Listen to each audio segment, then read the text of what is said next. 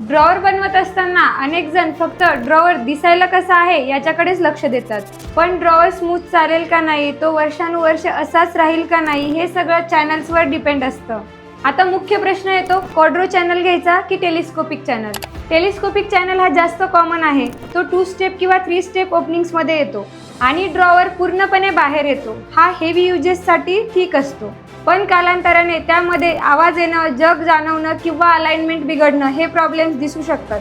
आता क्वाड्रो चॅनलबद्दल बोलायचं झालं तर हा ड्रॉवरच्या खाली बसवला जातो, त्यामुळे साईडने चॅनल्स दिसतच नाही. लुक क्लीनर, प्रीमियम आणि मॉडर्न दिसतो. क्वाड्रो चॅनल सॉफ्ट क्लोज ऑप्शनमध्ये येतो, म्हणूनच ड्रॉवर आपोआप बंद होतो. कोणताही आवाज नाही, कोणतीही आदळआपट नाही. युजेसच्या दृष्टीने क्वाड्रो चॅनल हा खूप स्मूथ असतो आणि लॉंग टर्ममध्ये त्याची परफॉर्मन्स जास्त स्टेबल राहते. प्राइस कम्पेअर केली तर टेलिस्कोपिक चॅनल हा अफोर्डेबल असतो आणि क्वाड्रो चॅनल हा थोडा एक्सपेन्सिव्ह असतो, पण हा खर्च लूक, कम्फर्ट आणि ड्युरेबिलिटीसाठी असतो. मी असं नाही म्हणणार की एक चांगला आहे दुसरा खराब आहे, पण जर तुमचं बजेट थोडं जास्त असेल तर तुम्ही नक्कीच क्वाड्रो चॅनल यूज करा.